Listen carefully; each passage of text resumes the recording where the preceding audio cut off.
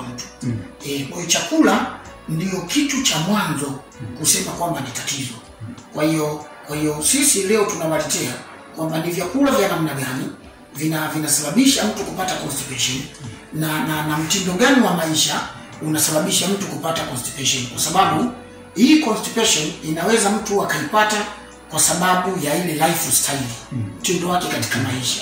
Ya hiyo pia inaweza ikaleta. Sababu ya kwanza ya watu kupata hii constipation ni ile hali ya kujisikia haja alafu mtu akaendelea na mambo yake.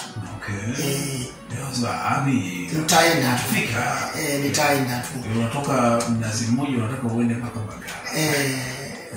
Wakati kuna vyoo viko vingi kupata huduma. Kabisa Mama Samia amerekebisha mji, kila maeneo kuna public toilet. Sasa badala ya kushuka mtu anakwenda umbali mrefu, mwingine anacheza bao, mwingine anacheza karata au mtu anafanya kitu chochote. Ni hatari sana kama mtu anakuwa anapata ile hali ya choo. So chakula kwa kawaida mtu anapokula kinakaa tumboni masaa 4 tu. Baada ya hapo kinatoka kwenye tumbo kinakwenda kwenye utumbo mwembamba, small intestine, ambacho nacho pia kitakaa masaa 2 kikifanyisha ile absorption and digestion ikifanyika hivyo, na baada ya hapo kitatoka kuelekea katika utumbo mpana ambacho tayari kutoka nje. Sasa kiko tayari kutoka nje.